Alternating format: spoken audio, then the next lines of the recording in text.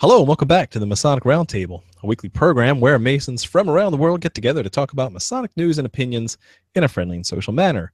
The standard disclaimer applies. The thoughts and opinions expressed here are solely the opinions of the participants and do not represent any Grand Lodge statements or positions. Make sure you keep your conversations open for the public and on the level.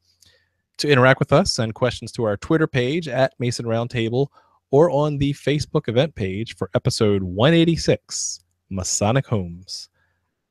As for hosts, you know me, John Ruark, past master of the Patriot Lodge number 1957 in Fairfax, Virginia. And I'll hand it off to Mike the intern for his introduction. Mike, welcome. Hello, Mike Ambert here from Village Lodge number 274 in Burton, Ohio. Thank you, Mike. Next up, from sunny Florida, Juan Sepulveda. Hello, everybody. Juan Sepulveda here from Orange Blossom Lodge number 80 and the host of the Winding Stairs Freemasonry podcast. Thank you, Juan. And last but not least, our resident worshipful master, Jason Richards. Hey, everybody. Jason Richards here, worshipful master still of Acacia Lodge number 16 in Clifton, Virginia for like 1 month and a week, maybe 1 month and 2 weeks. All right. So by the next show, you need to have like a countdown timer that's just going to run. We got to figure that out, how you get a countdown timer, or at least something to occasionally flip back to. So. Yeah, we'll do that. I'm also a member of a lodge in DC. That too. Good. Very good. Okay, let's get to Masonic news this week. We have a couple items up. First up, from Chris Hodap's blog, we have the announcement of the next PA Academy of Masonic Knowledge, which will be this weekend. That's right, this weekend, Saturday, October 28th, where they will be streaming. And who started that? That's right, we did. Streaming their educational day full of two presentations. The first up being Michael Pohl, who was in our Freemasonry in Louisiana episode. Really good episode. You should go back and check that out. As well as John Bridegroom, who's the art director for the Masonic Society and owns and operates the Master's Craft. He's not just a guy who makes great medals and jewels and pins, but he will be giving a very deep presentation on Freemasonry as a Hermetic philosophy. So I know I'm personally looking forward to seeing that. Those will be shared on YouTube and will be available afterwards for everyone to consume. Good stuff. Anything else you guys want to add? I hear that Academy of Masonic Knowledge is pretty cool.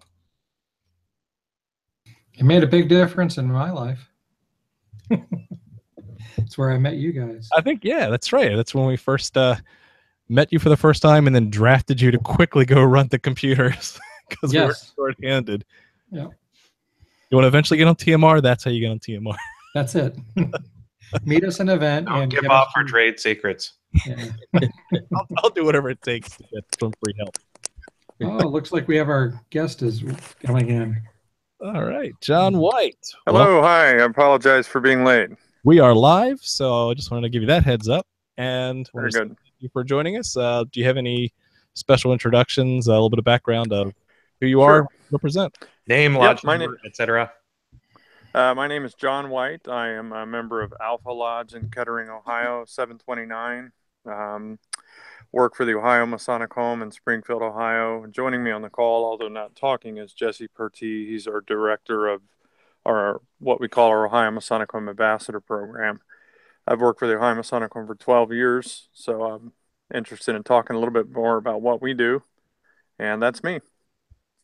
Wow, well, we do appreciate you coming on at the last minute, and we're looking forward to the insights that you have regarding the operations and maintenance of running such a great facility. Thanks. We are now switching over to our second Masonic news item this week, which is hot off the press. Let me get my screen shared here, where we have an article from Breitbart, and there's others. There's also the tablet.co.uk, where Lebanon's choice as a new Holy See ambassador was vetoed by Pope Francis himself. That's right. Pope Francis has reportedly refused to accept Lebanon's proposed new ambassador to the Holy See under the agreement that the nominee was a Freemason. So that's really interesting to see an actual official act by the Pope denying admission as even just an ambassador position. It's not, not like running for cardinal or anything like that. Just an ambassador to Lebanon. That because this individual has publicly said he's a Freemason, has lost the Pope's favor representing the Catholic Church. This is really rare because the Pope rarely extends this veto power. And while we've looked at, from the outside looking in, at the actions of Pope Francis from a Masonic perspective, very interested because for a couple of reasons. One, he's a progressive Pope compared to some of his predecessors. And shortly after he became Pope, he was asked on a international flight if he, was, I think, had something to do with homosexuality in the church or something like that, and he said basically that he's getting a lot of pressure from the homosexual agenda and the Masonic agenda, the lobbyists from the Masons. Like, really? I don't understand what that means. We don't really have lobbyists. We don't have an agenda. But apparently, aside from world domination, that's true. I mean, that was a given. But so what his statements about Masonry are really limited to that. We've talked a little bit too about Italy's past with Masonry and the Catholic Church. With that being said, this is now an active movement made by the Pope denying an official church leadership position for Freemason. Thoughts on this, guys? What do you think? Yay, nay? Is it within his realm to do it? Well, sure. I mean, as the leader of the Holy See, he can do whatever he wants. I guess I was hoping that, given Pope Francis's stance as very much a progressive figure in the Catholic Church, that perhaps, I'm not looking for a softening of Catholic rhetoric toward Freemasonry, but I feel like I was hoping the Pope wouldn't give in to as much hype as we see from fanaticists who say, the Freemasonry is out to destroy the church. Juan, you were going to chime in as well? It's very close to what Jason was saying, as the leader of the Catholic Church. I presume that there are unknown reasons or unshared reasons of why he would do something like that.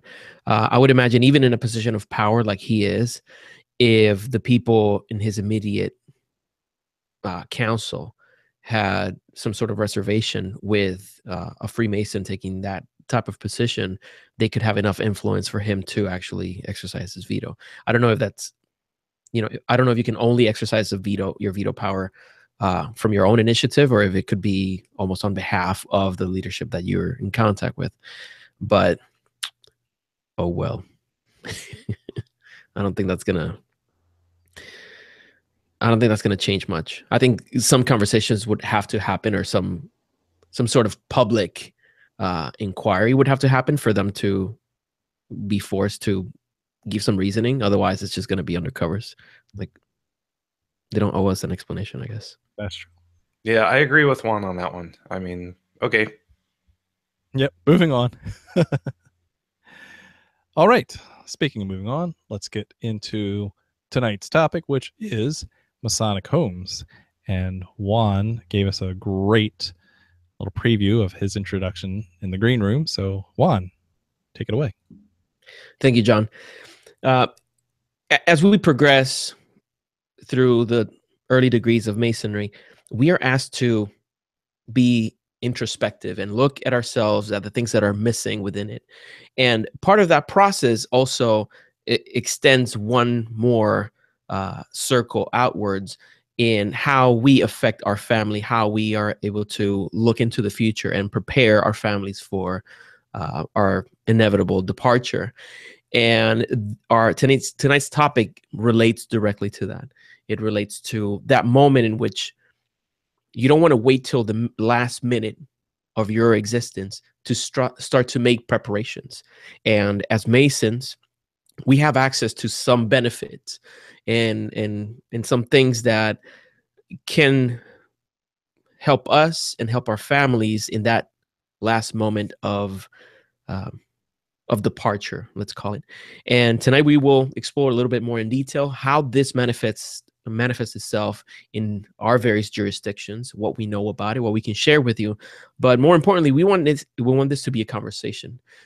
Please let us know how this Masonic Homes, Masonic Retirement, how is it handled in your jurisdiction? We would love for you to do that in the comment sections of our Facebook page or on Twitter so that we can have some more perspective. Tonight, you'll hear a little bit about Ohio, you'll hear about Florida, Virginia, but we want to hear about also your jurisdiction. And hopefully what we provide to you tonight can help you give this topic the importance it merits. This is not something to procrastinate upon. It doesn't matter how young you are. It doesn't matter how active you are, how healthy you are. Having a responsible plan for your family in the event of your absence, it's very important. So hopefully you can gain something from this and you can take the necessary steps to protect your family and your household. So we'll continue, John, if you want to continue moderating the conversation, and I look forward to hearing what everybody has to say about this. That's great. So John, I know you just came in, and I wanted to make sure that you can unmute your microphone and so you can join the conversation. You were getting some background noise earlier, and I want to see if you're able to click the red button there and unmute your mic. So while you're figuring that out, let's talk about Masonic Homes. Here in Virginia, we have the Masonic Home of Virginia, which is one of the regular Grand Lodge charities that get espoused every year as one of the primary charities for the Grand Master, and tends to carry on every Grand Master after that. It is close to our Grand Lodge, meaning that it is in the same city of Richmond, Virginia. And what it does is, here in Virginia, let me bring up a little bit about our Masonic Home website. Let me screen share that. It is a community that has 90 acres outside the city limits of Richmond, Virginia, that covers the care for Masonic widows, orphans, and members. And so it is one of a charity that we have at our Grand Lodge that takes care of our own. And being as John is back joining us again and has a lot of experience running the Ohio Masonic Home, I'm going to let him do a better sales pitch of what's in Ohio. My apologies. I'm having a little bit of difficulty with the technology. This is new to me. So, yeah, I'm actually the treasurer of the Ohio Masonic Home, but having been there 12 years, I am pretty knowledgeable of not only our operations, but some of the operations of several of our sister homes in other states. The latest number I'm aware of is, I believe, 37 Masonic jurisdictions or states operate some form of home. Ours is somewhat unique in that we really are focused on catering to Masons of all ages. Our history is that we started in 1892 with a main campus in Springfield, Ohio. And for the first really 100 years of our operations, we cared for brethren and their families, including their children. And right around the mid-1990s, we switched from being what is called an asset surrender community. Many retirement communities or Masonic homes across the country started as what they called asset surrender, which essentially meant that somebody would give everything they owned in exchange for the promise of being cared for over the course of their lives. as time has progressed, I think what a lot of organizations have found is the benefit and the drawbacks of participating in government reimbursement programs have required that they do away with what's called asset surrender and really change their model. So we've gone that direction. We operate 3 campuses in Ohio, one in Springfield, which is our, I guess you could call it our flagship campus. We have one in Medina, Ohio, which is near Cleveland, and another over towards Waterville. And we care for approximately 700 individuals on our campuses. But really what we wanted to focus on is something relatively new that we're doing to reach out to the approximately 80,000 members in Ohio. It's called our Resource Center. And it really is a outreach program to help connect Masons across the state of Ohio, and really Masons across the country that are Ohio Masons, with resources to help meet whatever needs they might have. We've had success with this program over the course of the last 2 years. And what we're finding is that there is a lot of need among all ages of members of the fraternity. And what we're able to do is not only connect them with resources of our facilities, but also connect them with a variety of other resources. I could tell you endless cases that we've had that are somewhat unrelated to somebody who might be a senior, but has a need that we've been able to connect to meet those needs. Recently, we reached out to our brethren in Texas and in Florida after the hurricanes. We're focusing on the southeastern part of the state of Ohio, which is somewhat rural and very much in the Appalachian Mountain Range. So we recognize that there's a lot of needs there that cannot be met by our, what we would call our bricks and mortar campuses. So that's kind of an overview of what we seek to do. I think we're somewhat unique as it comes to our resource center, whereas a lot of other Masonic campuses don't do that. So you care to elaborate on the uniqueness that you guys have over other Masonic homes? Yeah, I think, as I believe it was Juan was mentioning, a lot of these organizations were set up turn of the 20th century, with the intent of caring for aged Master Masons, their widows, and in many cases their orphans.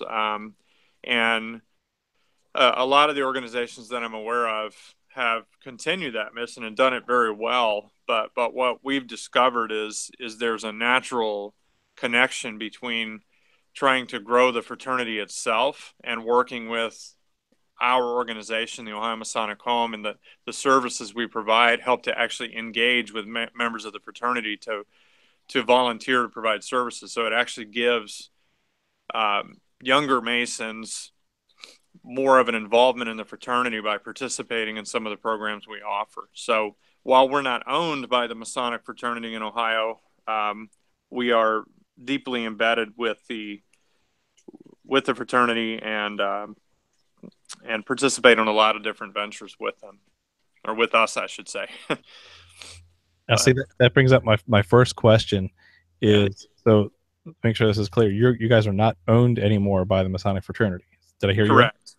Correct. We have an interesting, our structure, our board of trustees of our organization is appointed by, we have 15 members of our board of trustees. 6 are appointed by the Grand Lodge. The other 9 are appointed by a combination of the York Rite bodies and the Scottish Rite. And so our governance structure is dictated by the appendant bodies in the Grand Lodge of Ohio. But we are not actually owned and operated by the fraternity. Some states, for example, the Grand Master for that year is either the administrator of the organization or they're the chairman of the board or something in that regard. So we've, to my knowledge, we've never actually been owned by the fraternity. So. Right, and that is one difference in Virginia. Yeah. Here's a quick question for you, John. Do you all get so you're not owned by the fraternity, but does the fraternity provide a lot of monetary support? Case in point, in Virginia, we have part of our dues built into going toward our Masonic Home in Virginia as a charity. However, John and I were talking before the show, and our dues only account for like 1.8%, I think, of the Masonic Home's operating costs. So I was just wondering, like, how much of a contribution is a fraternity actually making to the Masonic Home system in Ohio? That's a great question, and probably very much like Virginia. And I know I'm pretty familiar with Virginia. My sister actually lives in the Richmond area, so I'm familiar with that organization. But we get from every Master Mason approximately $2.50 a year. So the Ohio Masonic Home receives about $250,000 a year in a direct, what we call a per capita distribution from the Grand Lodge of Ohio. And we also have a portion that is paid from every entered apprentice degree, and I believe that's it. But so as a percentage, it is relatively small, but it is a very important piece of our operating budget, and it is also it helps to cement that link, as you guys have mentioned, between the obligation you're taking at the altar to support worthy and distressed Master Masons and their widows and orphans, and we consider the Ohio Masonic Home in Ohio as the avenue through which that is occurring.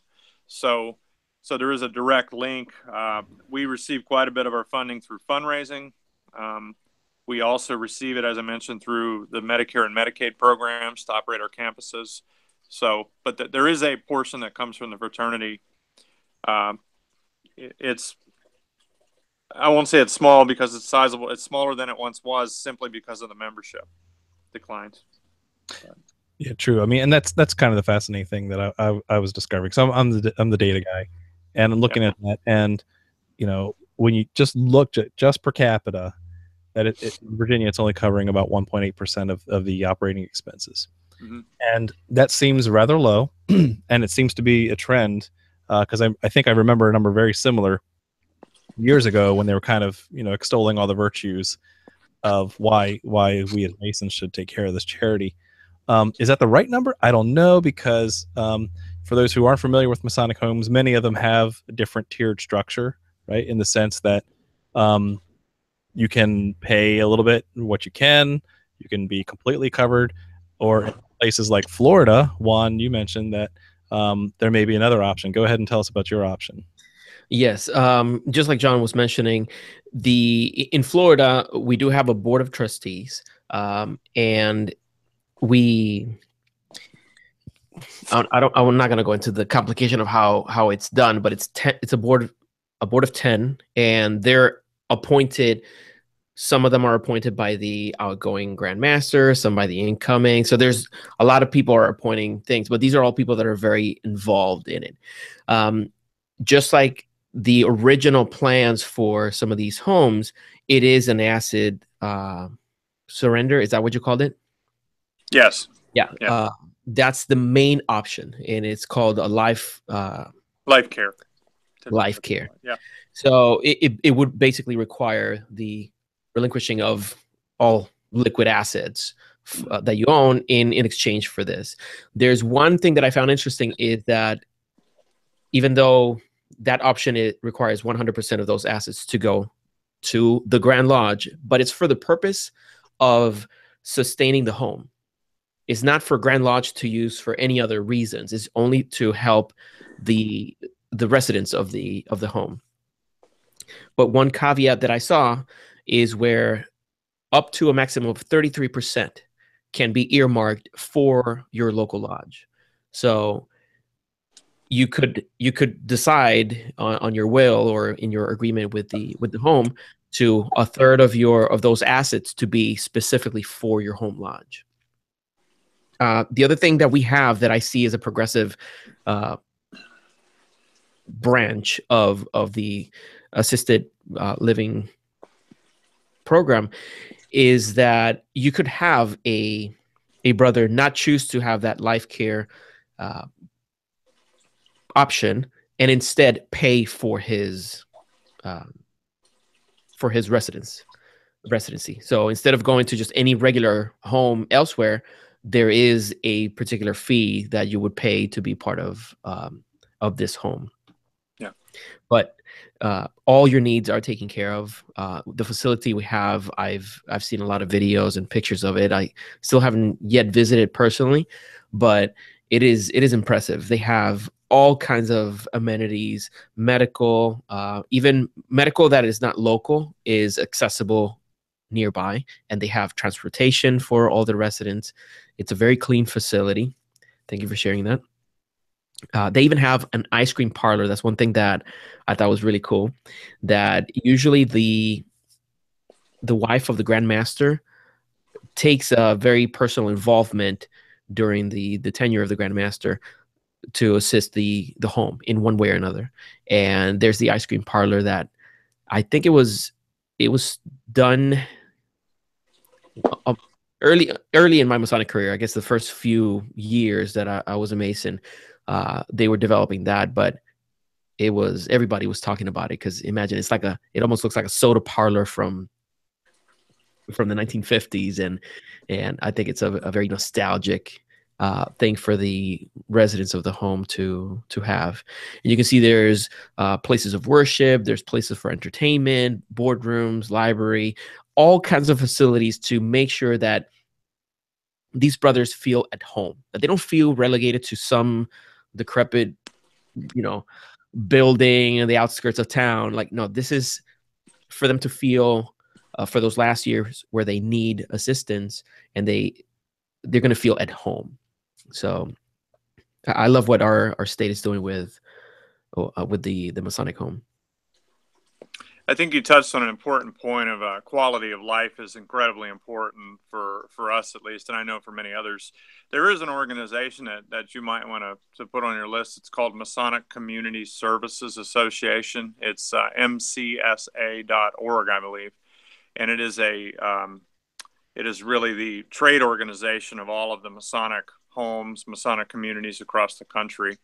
And you can find a lot of good information about the different organizations really across the country. I know that we in Ohio have worked with a number of them, whether it's Kentucky, Michigan, Oregon. I don't know that we've worked with Virginia. Pennsylvania is one of the larger ones. They have several campuses, but quality of life is really important. And one of the things we focus on is really through our programming and our ambassador program I mentioned briefly is ensuring that Masons that are residing on our campuses are continue to be involved in Masonic activities, and also that they're involved in a lot of them are earning their 50-year pins or 60-year pins, and that they're recognized for that. So we want to make sure we provide an opportunity not just for social interaction, but also Masonic interaction. It's really important. Right, and we mentioned right before you joined that the PA Academy of Masonic Knowledge is held again at the Elizabethtown, Pennsylvania Masonic Village. Jason, let's see a picture of that thing. Yeah, this monster book is something that several of us actually picked up from the bookstore over in the Masonic Villages when we were out at the PA Academy, and so it's the 100th anniversary book from 1910 to 2010. And if you ever get the chance to travel out to Elizabethtown, the Masonic Village out there is absolutely gorgeous. It's one of the prettiest places I've ever been. It's been dubbed the Versailles of Pennsylvania Masonry, and it's pretty accurate description. Words can't do it justice because it is huge, and for us younger Masons, it's like Hogwarts. Big stone buildings, mahogany walls. It's just a fantastic building. Also, now open to the public as well. If I am correct, I need Jason or some of these other guys to confirm that. Okay, was wholly owned by the Masons, and then they had to make some executive changes over the year. We'll have Seth Anthony get back to you. I'm sure he'll correct me. So Virginia's is still owned by the Masons, and so we have mostly Masons and past grands, everything that are all on the board of directors. That still gives us a lot more control, but it also has a liability. In Virginia, we have about 220 residents today. John, do you know about how many residents you have in Ohio? Yes, we currently have close to 700 residents in Wow. Ohio on our 3 campuses. So, and in addition, I think through our resource center, I don't have the exact number. Over the last year, we've cared for at least 500 individuals in different ways, and so we're making quite a bit of a impact in Ohio. Okay. Now let me address another facet of Masonic homes. Is, we as Masons are supposed to be considering the care of widows and orphans as well. There are Masonic homes that also deal with orphans of Masons. And so, John, I'm going to open up to you. Do you guys have you previously, or do you currently have any orphans? We haven't had. It's an interesting distinction. One that comes to mind that specifically deals with orphans is in Oxford, North Carolina. It would be down the road from Richmond a couple hours. But for us, we haven't been an orphanage per se. However, we did care for children from around the 1920s through the 1950s. And really what it was is a temporary home for families that could not care for their children at the time, whether it was because of the Depression or because of war. Or what's really interesting is we currently have a few residents that reside with us now that were also children that lived at our facility. So they like to joke that they've lived there their whole lives, but it's we actually have an alumni club of individuals that lived there as children that come back for reunions, and it's probably 10 or 15 over the years have actually resided there in their later years as well. So so not necessarily an orphanage. However, we have cared for children.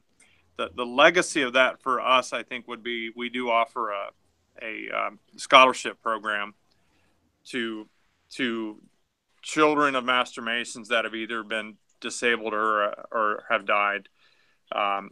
So we have a little bit of semblance of that orphan concept, I guess you could say, but it's not direct care. That's interesting. Another thing to add for Virginia, I always thought the Masonic Home was strictly an elder care facility, vice an orphanage. But yet, in my research, I found that the Masonic Home of Virginia has cared for over 839 orphans of Virginia Masons from April 1890, when ours was opened, until the last child was released in March 1975.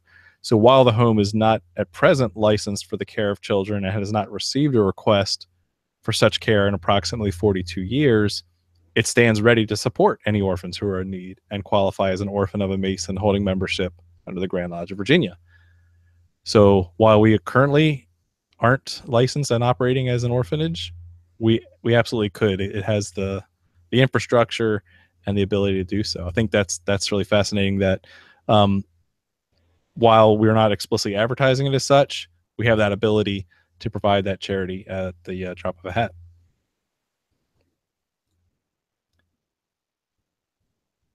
So the then we also should address the widows. So I know that we have. Do you have any membership restrictions? So are yours open for the public or just members of? In Ohio, our campuses are all open to the public, and the distinction we make is for somebody who wants to live on one of our campuses, if they have no Masonic affiliation, and what that means for us is either they themselves are a Master Mason in good standing. There's no time restriction. It is our opinion that if somebody joins the fraternity today, they are a Master Mason tomorrow, regardless of how long they've been a Master Mason. There are some jurisdictions that have time restrictions. I don't know this for certain. I believe Florida has a time restriction on how long you had to have been a Mason before you can live in the facility. However, I'm getting on a tangent. So Master Mason, wife, widow, child, or parent of a Master Mason are eligible in our system. In addition, we also extend eligibility to members of the Order of Eastern Star. So that's really who's eligible. So as far as it relates to non-Masonic individuals, they have to prove that they have financial resources to cover the cost of their care.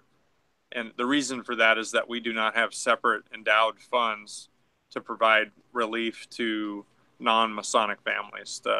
The gifts that we've been blessed with over the 125 years we've operated with are predominantly for the purpose of caring for members of the Masonic family. So.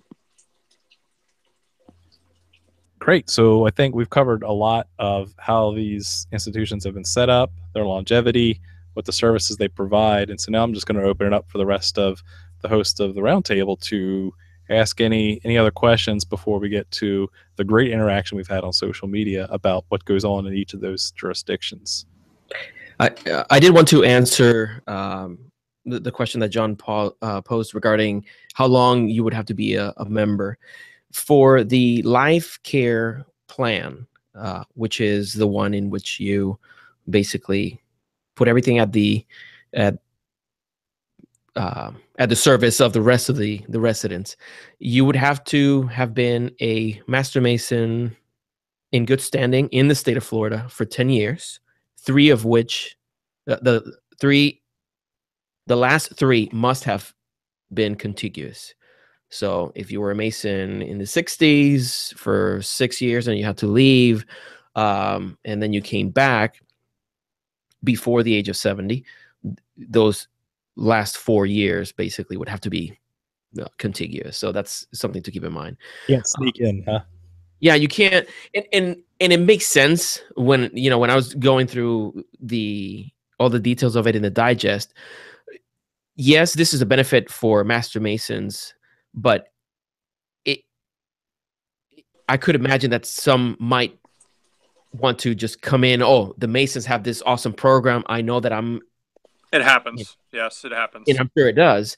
So these things take care of protecting the assets for those who have been contributing on a continuous basis to the needs of the brothers who are. And not to interrupt, but our philosophy, and it's an interesting one that we changed recently. We used to have a 5-year time requirement, but our philosophy that actually embeds us more with the fraternity is that since we're not owned and operated by the fraternity, we actually put it back on the lodge and their responsibility to investigate members to ensure that they're not joining the fraternity solely for the purpose of taking advantage of Masonic benefits. Now, granted, you are going to have people slip through the cracks, but the philosophy for us actually kind of is more important than the 1 or 2 that would slip through. So I just want to make sure I pointed that out, because there is certainly a logical reason to have a time restriction in place. So. Absolutely.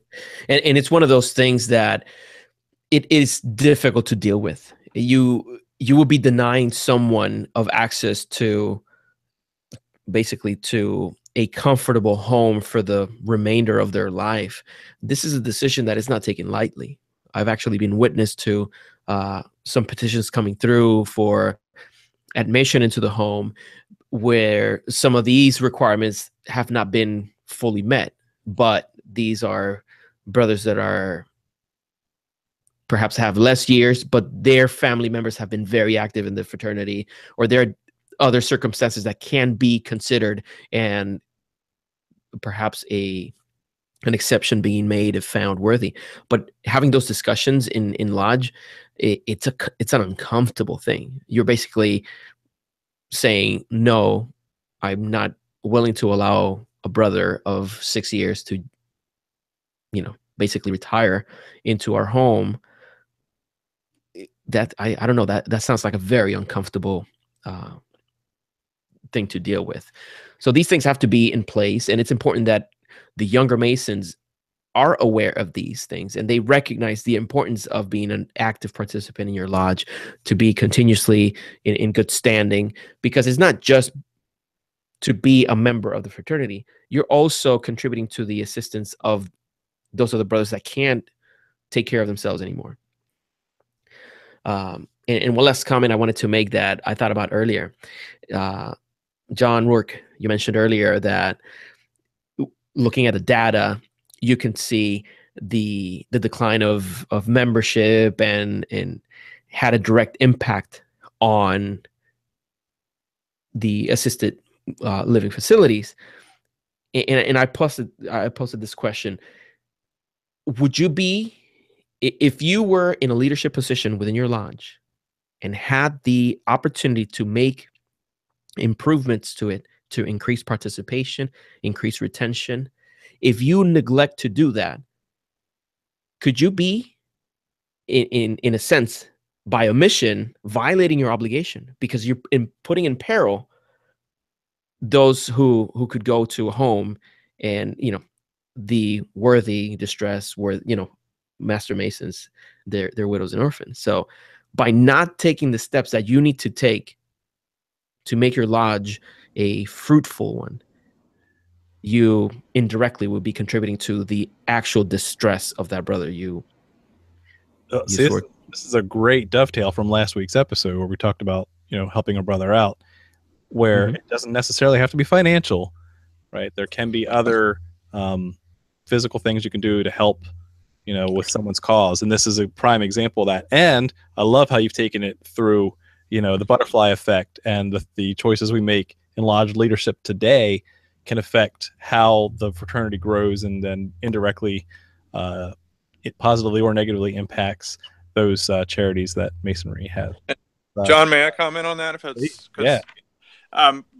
What's interesting is, and what we're finding with our collaboration with the Grand Lodge, and also with our, I keep hammering home our resource center because it's so important to us, is that members of lodges are itching, particularly younger members. Like, as I'm looking at all of your faces, and I apologize for not having my camera on, you don't want to see me, but younger members are really itching for opportunities to get involved and help their brethren, but they don't know how. And what we're seeking to do, and we've had success with it, is not only setting up a centralized center or avenue for people to reach out. We're also working with volunteer committees. We're working with, I mentioned, an ambassador program where we engage members of the fraternity to be involved in all of the bodies of Masonry across the state, and then to actually get involved in helping a brother, whether it's building a wheelchair ramp, taking him to a doctor's appointment, helping them find a car, whatever you can think of. I bet we've done it, or we're going to be doing it. And a lot of that, really, the concept of that is, with working with the Grand Lodge, we just completed an actuarial study with the state of Ohio and the Grand Lodge looking at the membership. And one of the things we're realizing is we've got to get younger people more involved, because whether it's generational or it's something else, these younger brethren want to be involved in the care of their brethren, but they don't know how. So one of the things we're trying to do through our organization is create that how, and getting them connected with resources that let them do that in a somewhat easy way, because we believe that's going to lead to a growth in membership in the state of Ohio and hopefully beyond. But so it's interesting that you're talking about that, because I think that's really important, that part of our obligation is to help our brethren and their families without material injury to ourselves. But a lot of us don't know how to do that. Right. And so we're trying to make it easy for people to get connected to help others. So let me close with this before we go to the social media aspect. John, being so deeply involved with the Masonic Home charity, if you could wave a magic wand to help promote the Masonic Home concept, and really it's anything is your choice, your wish, what would you the one thing you would do to help promote what your cause is? that's a great question, because we believe in a concept that we call 7 times 7 ways when it comes to communication. And communication is key, but the most successful spreading the message about what we're trying to do, not only within our state to others, is through actually doing things, through helping people. And we just got done with our grand communication over the weekend, and really, whether it's Jesse Pertee, myself, a couple other members on our team, the things we referenced were: call us, give us a chance to help you, and we'll help you. And those are the stories that, whatever they might be, a lot of times they're financial need, a lot of times they're simple things. They're not simple to the eye of the person dealing with the crisis, but they're, when you consolidate that and you look at how to solve people's problems, that tells the message the best. So we go across the state and we're simply telling people, if you have an issue, we want to be your trusted partner through this aging journey. Call us and we'll help you find the best way to get there. Now, as it relates to other states and their Masonic organizations, we're working with them through that MACASA organization I mentioned. but we're not really equipped to handle the whole nation right now. But so really, I guess the magic wand would be helping us continue to solve problems so that we can spread that message even more. So Great. thank you for the question. That's a good one. Thank you, John. Jason, what do we have up for social media tonight? A lot of We've chat. got a ton on social media, which is awesome. So, starting with brother Nathan Tweedy, he's out of New York. And he says New York has one Masonic Care Center in Utica, New York. It offers care for seniors in the form of long-term care, adult residential care, and home care. It also offers long and short-term rehabilitation care, as well as a child care center. Separately, but in the same city, there's also a Masonic medical research laboratory. So that's pretty awesome. There was an orphan's home apparently in this Masonic care community when it originally opened, but the orphanage itself has since closed. So that's kind of, your New York has your one-stop shop for full services, which is interesting. I had a chance to talk to the gentleman from that research laboratory, and they're doing some pretty amazing things, just as an FYI. So, oh, that's awesome. That's great. That's really cool to hear. So let's see. Interestingly enough, more news out of Pennsylvania. The Grand Lodge of Pennsylvania from Brother Rick Troxel says that it actually, Grand Lodge of Pennsylvania operates 5 sites across the state. And they're beautiful and modern. If anybody's interested in more information, you can go to masonicvillages.org. So that was interesting. I didn't actually realize that the Masonic Villages consisted of 5 sites across the state. I was just familiar with the one in Elizabethtown. I have to check to see if they have, the residency requirement, because when I get old, I'm ready to just go straight to Elizabethtown. Yeah, possible. You and everybody else. It's beautiful. that place is pretty cool. I'll give you that. They're not better than us, but they're pretty cool. Obviously, yes. Present company excluded. So, Brother Scott Parton from Kentucky has chimed in. He says one of the things that they do to actually raise money for the Masonic Homes of Kentucky is a traveling gavel program. And what they do is they have a gavel that travels throughout the lodges in their district. Visiting lodge can retrieve the gavel, by doing what we would consider like a fraternal visit in Virginia, just having 5 members of the lodge there. And during the meeting, they actually pass a hat around when they do this traveling gavel program. And all the money received when they do this program goes right to the Masonic Homes of Kentucky.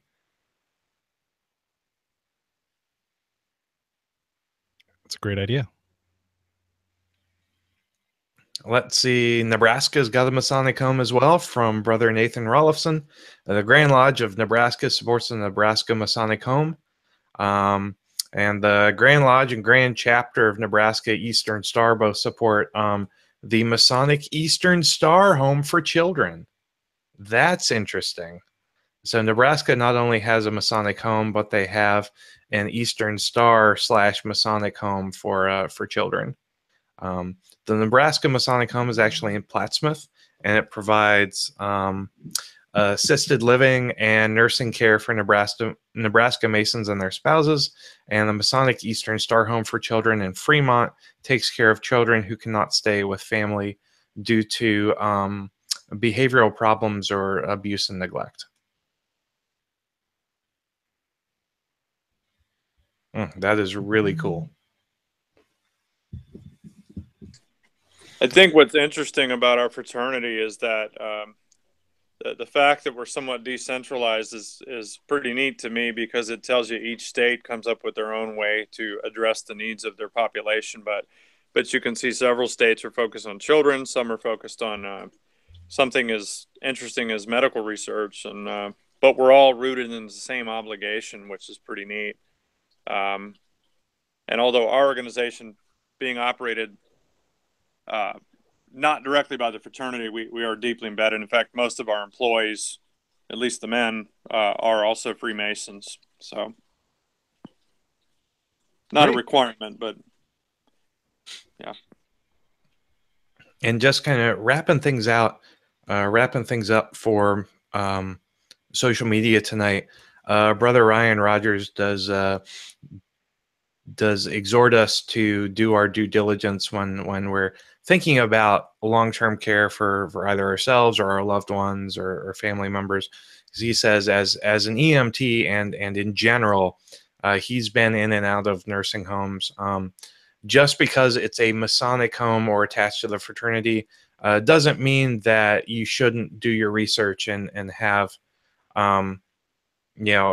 family involvement outside of the nursing home. He says, things can go south just as quickly in a Masonic home as in any other nursing and assisted living home. So, I think there are a number of us whose parents are getting older, and I think that's something somber to think about, because when it comes to long-term care of our loved ones, you really want to make sure that you do your due diligence, whether it's a Masonic affiliated home or not. Okay. Well, Jason, thanks for the extensive coverage.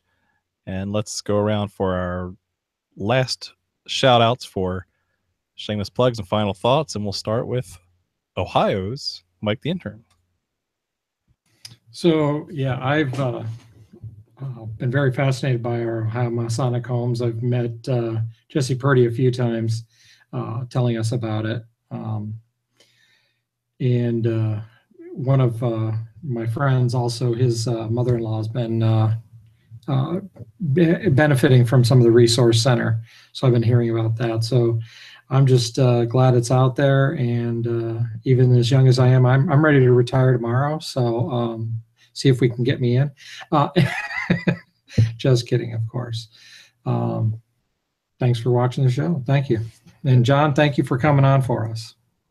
Thanks for inviting me. And again, I apologize for my technological problems. I'm not the smartest tool in the shed. So Jesse, worshipful brother Jesse keeps me in line.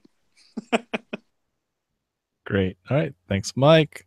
Juan, you're up. Okay. So I really hope that brothers found some of these things inspiring, in a sense that inspiring for action. Of course, talking about, for a young man, talking about their late age and when they decide to retire, it seems like something so far away and so, so out of touch for them.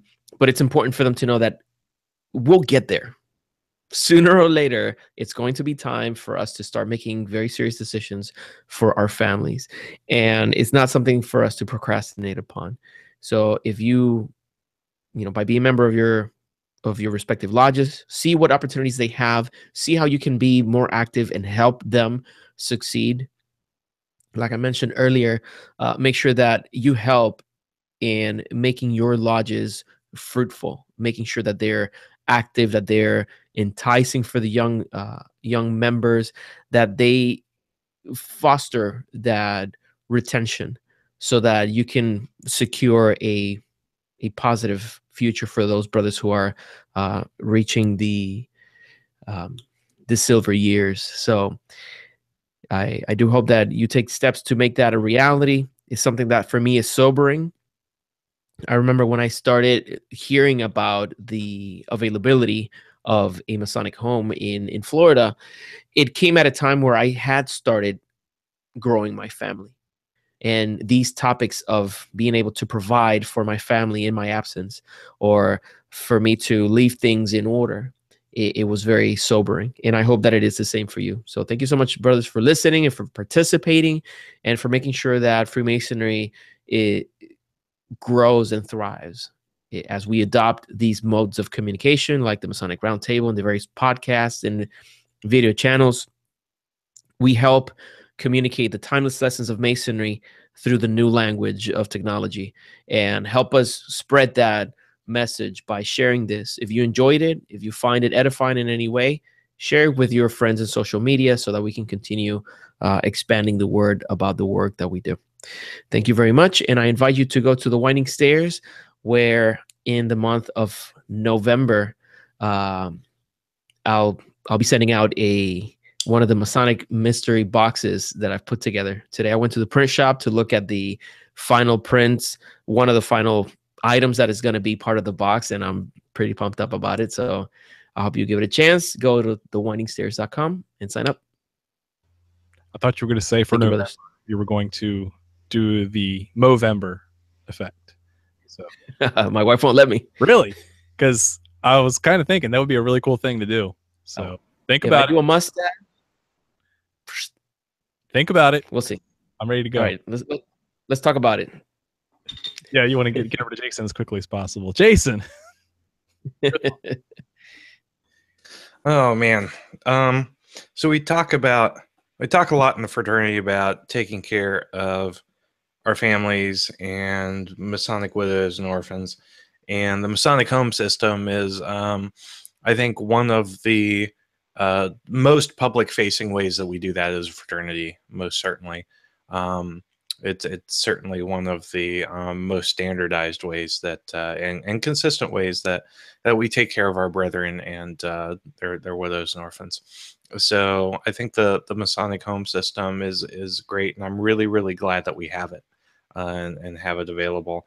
I know that when my uncle, who was my first line signer on my petition, when he was thinking about moving up to Virginia and he was in pretty poor health, one of the things that we talked about was whether or not the Masonic Home of Virginia was the right place for him. And he ended up moving out to California with family.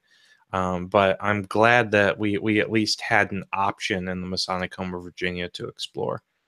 So it's these homes do great work. They take care of people. And take really good care of folks. We just have to keep doing our due diligence to support them, especially in an era of competing charitable priorities and declining membership. Well said. Thank you, Jason. John, do you have a final thought or shameless plug that you wanted to give to the Ohio Masonic Home? Just thank you so much for inviting me. I appreciate being able to participate in this, and not so much a plug, really. We are available for Masons across the country if they want to call us. We do have limited services available for out-of-state Masons, but we can certainly try to link you up. We've done that a few times. So if you participate with any of your homes or communities within your state and they need information, certainly send them our way. I'll post on this page the Resource Center information so that you have it. And that's it. Thank you so much. That'd be great. Thank you, John. It's been a pleasure to have your wisdom, expertise, and knowledge here on the panel. So thank you again. So in conclusion, I don't want to be a Debbie Downer or a wet blanket, but looking at the data that this is a charity that as Jason and I were talking before the show, that if our Grand Lodge assessments per capita go to only 1.8% of operating costs for, at least here in Virginia, of the Masonic Home, is at the right number. And that's a subjective thing that every state and every Mason will have to determine what that commitment to taking care of our brothers and their families involves. Is that worth 1.8% of what we already donate to Masonry? Yes, you can do voluntarily. And by the way, I encourage you to donate more than your Grand Lodge assessment to your respective Masonic home. So again, don't be limited to just say, well, I just pay my dues every year. No, that they'll take more, and they certainly welcome that. But I find that to be an interesting financial model. And is it really sustainable? As John alluded to earlier, he wouldn't give me some hard numbers, but I understand that it's hard to get these accurate estimates when you have a fraternity with declining membership while trying to sustain a long-lived charitable organization that's been around since 1890 for Virginia. I heard 1892, I believe, in Ohio. So these things are landmarks in themselves for each jurisdiction, and yet we have this emotional attachment that we want to continue to operate these things as long as we can, but we really need to step back every now and then and determine the viability of these institutions to make sure that we're getting the value out of that. I'm trying to think of things in terms of cost per unit value, meaning the cost to take care of an individual, right, per year. Is that the good value that the fraternity can provide for that person, as opposed to any of the other competitive things that are out there, right? Just because it has a square and compass on it, does that mean it's the best thing for that person, or does that mean it's the best thing for the fraternity as a whole to invest in? Answers will vary, and it's left to every jurisdiction and Mason to determine that for themselves as well. But I think it's great that we have this resource available. Go check out your grand jurisdiction's charity and support it liberally. So with that, this has been great. I've learned a lot. Thanks again, John. And thank you for watching, and keep searching for more light. Have a good night.